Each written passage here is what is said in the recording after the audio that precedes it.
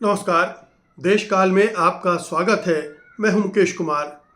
दोस्तों, पश्चिमी news agency Reuters ने एक एक्सक्लूसिव खबर दी है जिसको लेकर पूरी दुनिया में हंगामा मचा हुआ है, हलचल मची हुई है।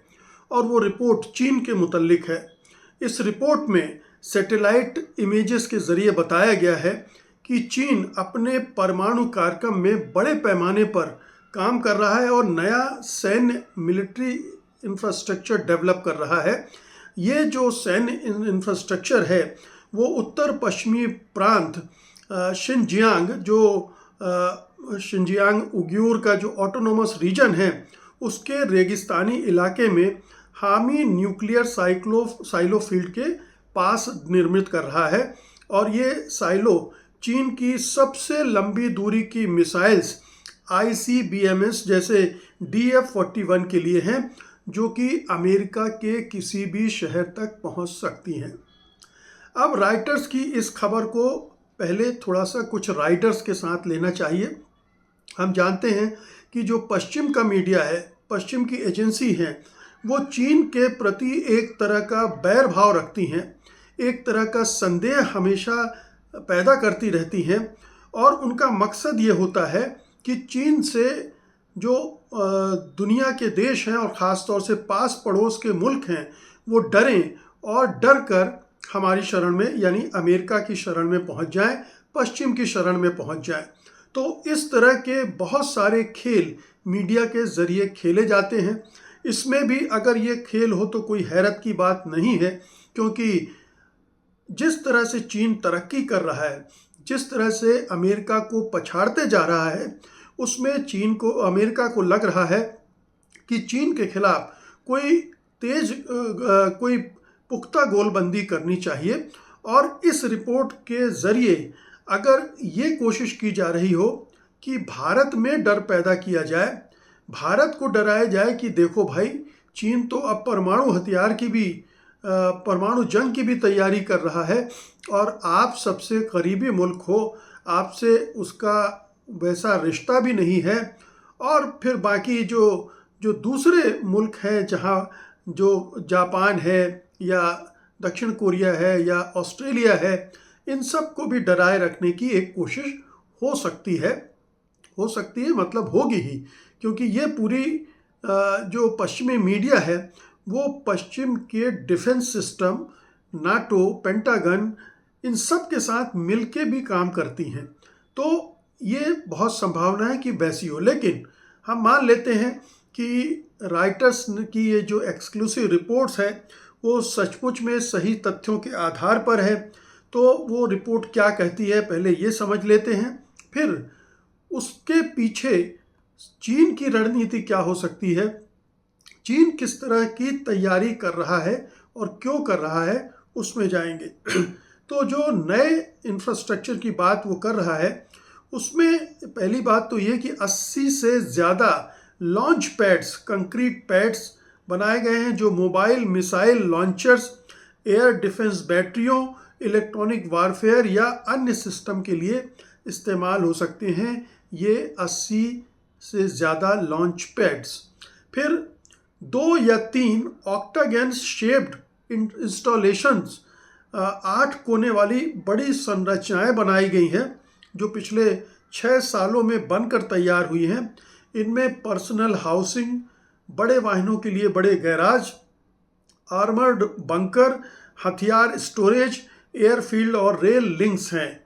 तो आप समझ सकते हैं, रेल लिंक्स है, स्टोरेज है, एयरफील्ड है, तो ये कितना बड़ा विशाल इलाका होगा और कितना बड़ा इंफ्रास्ट्रक्चर बनाया जा रहा होगा। फिर रोड्स हैं, फाइबर ऑप्टिकल केबल्स जैसी कम्युनिकेशंस लाइंस हैं और शायद C3 command control communication system है, सैटेलाइट माइक्रोवेव टावर्स हैं। तो ये सारी चीज़ें उसने पिछले 5-6 सालों में बिल्ड की है। और चूँकि यहाँ से जो ICBM मिसाइल्स हैं, इंटरकॉन्टिनेंटल बैलिस्टिक मिसाइल्स हैं, उनकी पहुंच अमेरिका के किसी भी शहर तक हो सकती है। इसलिए अमेरिका में एक तरह की घबराहट पैदा होना लाजमी है।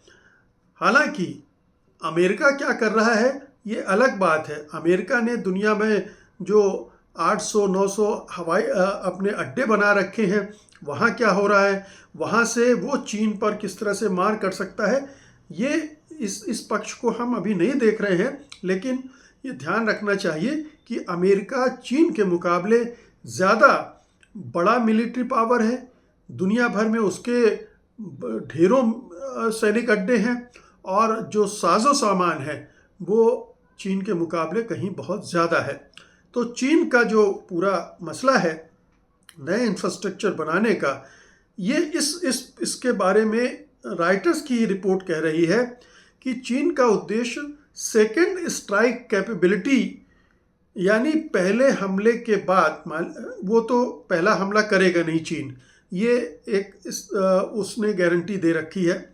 तो अगर उस पर कोई हमला होता है तो उस हमले के बाद जवाबी हमले की हमारी तैयारी मजबूत रहनी चाहिए।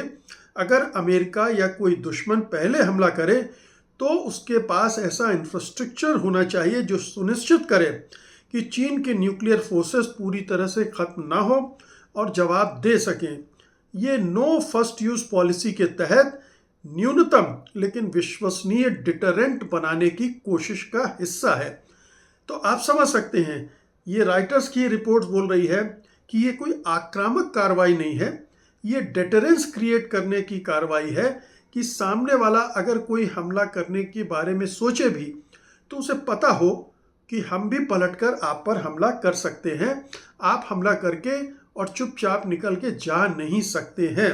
तो ये डिटरेंस हर देश को ज़रूरी होता है और ख़ास तौर पर चीन जैसे देश के लिए तो और भी ज़रूरी हो जाता है, क्योंकि वो एक बड़ा इकोनॉमिक सुपर पावर बनता जा रहा है। अमेरिका उससे डरा हुआ है, थ्रेटेंड है और किसी भी तरह से उसकी ग्रोथ को, उसके विकास को रोकने की कोशिश कर रहा है। तो इस पर मैं बाद में आऊँगा, लेकिन ये जो एक्सपर्ट्स की राय है ज़रा उसको वो भी देख लेते हैं। ये फेडरेशन ऑफ अमेरिकन साइंटिस्ट हैं हंस क्रिस्टेंसन। ये कह रहे हैं, I have never seen anything quite like it, it's an extra ordinary effort. मैंने ऐसी कोई चीज़ पहले नहीं देखी, ये अभूतपूर्व है, असाधारण है। इसी तरह से जो पैसिफिक फोरम है उसके अलेक्जेंडर नील ने कहा है कि हज़ारों वर्ग किलोमीटर में फैला ग्रैंड स्केल निर्माण जो न्यूक्लियर डिटरेंट को बहुत मजबूत करेगा। देखिए, सारे एक्सपर्ट्स भी न्यूक्लियर डिटरेंट की बात कर रहे हैं, ये आक्रामक कार्रवाई इसमें उनको नहीं नज़र आ रही। इसी तरह से कार्नेगी एंडोमेंट के टोंग जाओ हैं जो कहते हैं कि ये संरचनाएं संभवतः कमांड, कंट्रोल, मेंटेनेंस और न्यूक्लियर ऑपरेशन से जुड़ी हुई हैं। तो ये विशेषज्ञों की भी राय है। तो इसमें डरने वाली और डराने वाली बात वैसी नहीं है, लेकिन जब इस तरह की रिपोर्ट आती है तो वो अपने आप में इस तरह की एक तरह का खौफ पैदा करती है कि देखो, क्योंकि सब लोग उसके डिटेल में तो जाते नहीं हैं कि एक्चुअली में क्या हो रहा है। जो हेडलाइन कहती है उसके आधार पर या जो इंट्रो होता है उतना पढ़कर समझ लेते हैं कि चीन ज़रूर कोई बड़ी खुरापात कर रहा है और उससे ख़तरा हो सकता है भारत को और कई मुल्कों को भी। चीन का जो न्यूक्लियर एक्सपेंशन है वो भी उसमें तेज़ी से कर रहा है और ये पेंटागन की रिपोर्ट के हिसाब से मैं बता रहा हूँ। पेंटागन की रिपोर्ट बायस्ड हो सकती है, लेकिन उसकी रिपोर्ट को अगर मैं कोट करूँ तो उसका कहना है कि उसके जो न्यूक्लियर वॉरहेड्स हैं 2024 के अंत तक ये 600 के आसपास पहुंच गए थे, जो कि 2020 में केवल 200 थे और ये माना जा रहा है कि 2030 तक ये 1000 वॉरहेड्स का उसका लक्ष्य है। हालांकि जो प्रोडक्शन है उसकी रफ्तार थोड़ी धीमी हुई है। चीन साइलो बेस्ड मोबाइल सबमरीन और एयर लॉन्च सिस्टम का जो तिकड़ी है उसको विकसित कर रहा है और ये निर्माण जो किस कॉन्टेक्स्ट में है ये भी बता दूं। ये निर्माण ताइवान, दक्षिण चीन सागर और यूएस चाइना के बीच जो तनाव है उसके मद्देनज़र हो रहा है। शी जिनपिंग ने अभी जब ट्रंप बीजिंग आए थे तब उन्हें चेतावनी दी थी ट्रंप को ताइवान को लेकर कि ताइवान में उन्हें हस्तक्षेप नहीं करना चाहिए, ताइवान को ज़्यादा बढ़ावा नहीं देना चाहिए। तो ये कुल मिलाकर चीन की न्यूक्लियर क्षमता को सर्वाइवल और रिस्पॉन्सिव बनाने की रणनीति का हिस्सा है। ये रणनीतिक संतुलन को प्रभावित कर सकता है, खासकर इंडो पैसिफिक में सेंसिटिव स्थिति है, ये समझने की ज़रूरत है। अब इसका जो दूसरा पार्ट है उस पर आते हैं कि दरअसल चीन के अमेरिका के खिलाफ जो रणनीति है, सैन्य रणनीति है, वो है क्या। तो इसको समझने के लिए हमें ये देखना पड़ेगा कि ये जो पूरी रणनीति है चीन की, जो माओ से तुंग बनाकर गए थे उस पर बेस्ड है। यानी उसके 3 चरण हैं। पहला चरण है डिफेंस, दूसरा चरण है एक तरह का स्टालमेट, गतिरोध, और तीसरे चरण में आक्रामक ढंग से विजय हासिल करना है। तो ये एक्सपर्ट्स मानते हैं और चीन भी मानता है कि ये फेज जो है सेकंड फेज है गतिरोध का। इसमें युद्ध से बचना चाहिए और अपनी तैयारी करना चाहिए। तो चीन की जो अमेरिका के खिलाफ रणनीति है वो एक लॉन्ग टर्म की स्ट्रेटजिक कंपटीशन के तहत बनी है, जिसे बीजिंग अपने को नेशनल रिजुविनेशन, महान पुनरुत्थान की बात करता है, और अमेरिका प्रधान विश्व व्यवस्था को चुनौती देने के रूप में देखता है। ये एक खास टर्म है जो अभी शी जिनपिंग ने ट्रंप के साथ भी इस्तेमाल किया था। वो था थुसीडाइड्स ट्रैप्स, और जब ये शब्द इस्तेमाल किया था तो डोनाल्ड ट्रंप के कुछ समझ में नहीं आया था और उसका मजाक भी बना था। तो ये जो थुसीडाइड्स ट्रैप्स है वो ये है कि जब कोई शक्ति उभरती है तो जो पहले से डोमिनेंट फोर्स होती है, जो पहले से स्थापित फोर्स है, उसके बीच संघर्ष की आशंकाएं रहती हैं, क्योंकि जो डोमिनेंट फोर्स है वो उभरती हुई ताकत को दबाने के लिए ताकत का इस्तेमाल करती है और उसमें युद्ध भी हो सकता है। चीन उस युद्ध को अवॉइड करना चाहता है। ये उसकी सैन्य रणनीति की एक महत्वपूर्ण बात है। वो अभी किसी से जंग नहीं चाहता है, वो अपने आप को अंदर से मजबूत करना चाहता है, इकोनॉमिकली भी और मिलिट्रीली भी, और ये उसी दिशा में काम कर रहा है। इसलिए अमेरिका से सीधे भिड़ंत को अवॉइड कर रहा है। चाहे जो भी दुनिया में होता रहे, वो अभी उसमें उस तरह से कूद नहीं पड़ता है। चाहे मिडिल ईस्ट की जंग ले लीजिए आप, वहाँ भी नहीं कूदा। भारत और पाकिस्तान के युद्ध में भी वो सीधे नहीं कूदा, पाकिस्तान की मदद की। अब मिलिट्री स्ट्रेटजी ताइवान और इंडो पैसिफिक पर फोकस है। चीन का मुख्य लक्ष्य ताइवान को एक देश दो व्यवस्था को ख़त्म करना है, ताइवान को सीधे सीधे कहें तो मिलाना है, और इसलिए वो ऐसी क्षमताएं विकसित कर रहा है जिसमें मिसाइलें, सबमरीन, एंटी शिप हथियार, ये सब हो, ताकि अगर अमेरिका हस्तक्षेप करे तो उसे बहुत महंगा पड़ जाए। जैसे ईरान में उसको महंगा पड़ रहा है, चीन के साथ भिड़ेगा तो और भी महंगा पड़ेगा। फिर अपनी परमाणु का विस्तार, जो मैंने कहा कि silo fields, mobile launcher, second strike capability को मजबूत करना है, और फिर ग्रे जोन हाइब्रिड वारफेयर है। दक्षिण चीन सागर में artificial islands, coast guard, maritime militia से सलामी स्लाइसिंग, ताइवान के आसपास सैन्य अभ्यास, केबल कटिंग, डिसइंफॉर्मेशन, और इससे युद्ध की सीमा के नीचे दबाव बनाना। यानी युद्ध तक बात ना पहुँचे, उसके नीचे बने रहे एक तनाव, ताकि कोई सिर ना उठाने पाए, कोई भिड़ने की हिम्मत न कर पाए या अलग होने की कोशिश न करे उसकी लाइन से, जो चीन चाहता है। समुद्री विस्तार भी उसने किया है। फर्स्ट और सेकंड आइसलैंड चेन पर नियंत्रण कर लिया है।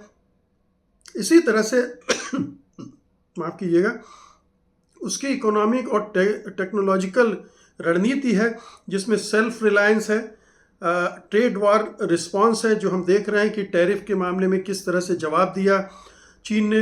बेल्ट एंड रोड इनिशिएटिव के जरिए अपने वैश्विक प्रभाव को बढ़ाने की कोशिश है। यूएस अलायंस को अंडरकट करना है, और टैलेंट एक्विजिशन करना है। दुनिया भर से अच्छे वैज्ञानिकों को आकर्षित करना, उसके लिए इसने के वीज़ा की पॉलिसी भी अपनाई है। फिर बहुत सारे डिप्लोमेटिक और पॉलिटिकल स्टेप्स भी उसने लिए हैं। नो फर्स्ट यूज़ का है, अलायंस को तोड़ना, यूएस के जितने भी अलायंस है कैसे उनको कमज़ोर करें, उससे जुड़े देशों को अलग किया जाए, जापान, फिलीपींस, ऑस्ट्रेलिया को अलग किया जाए या न्यूट्रलाइज किया जाए, ग्लोबल साउथ में अपना इन्फ्लुएंस बढ़ाया जाए और मल्टीलेटरल इंस्टीट्यूशन को बढ़ावा दिया जाए ताकि उसके ज़रिए वर्ल्ड ऑर्डर बने। तो ये तमाम चीज़ें हैं जिन मोर्चों पर चीन बहुत ही गंभीरता से अपना काम कर रहा है। उसे वो जानता है कि अमेरिका से उसे बहुत बड़ा खतरा है। ट्रंप जैसे नेता के आने के बाद पूरी दुनिया को ही खतरा पैदा हो गया। जिस तरह से वो बिहेव कर रहे हैं, वेनेजुएला के राष्ट्रपति का किडनैप कर लेते हैं, क्यूबा पर कब्जा करने की बात करते हैं, ग्रीनलैंड पर कब्जा करने की बात करते हैं, गजा पट्टी पर कुछ करना चाहते हैं, ईरान को कब्जा करने की बात करते हैं। तो ऐसे में जाहिर है कि पूरी दुनिया में एक डिसरप्शन पैदा हो गया है, आशंका पैदा हो गई कि कब कहाँ क्या पता ट्रंप टूट पड़े। तो चीन इस आशंका को देखता है, वो जानता है कि उससे भिड़ने की हिम्मत नहीं पड़ेगी अमेरिका की, क्योंकि वो अमेरिका को पता है कि अब चीन बहुत शक्तिशाली देश हो गया है। लेकिन किसी तरह से बदमाशियां करने से हो सकता है बाज ना आए, इसके बावजूद कि नुकसान हो सकता है। ट्रंप जैसे सिरफरे नेता अगर किसी देश के सिरमौर बन जाएं, उसकी लीडरशिप उनके हाथ में हो, तो वो किसी भी हद तक जा सकते हैं। इसलिए चीन उसकी भी तैयारी अपनी कर रहा है। और ये जो राइटर्स की रिपोर्ट है, ये बेशक एक्सक्लूसिव रिपोर्ट है, बेशक उस पर सवालिया निशान भी लगे हैं, लेकिन दुनिया भर के एक्सपर्ट और खुद राइटर्स की रिपोर्ट कह रही कि एक डेटरेंस है। वो अपने बचाव के लिए, आत्मरक्षा के लिए ये तैयारी कर रहा है, ना कि किसी पर हमला करने की। बहुत बहुत शुक्रिया आपका, धन्यवाद, नमस्कार।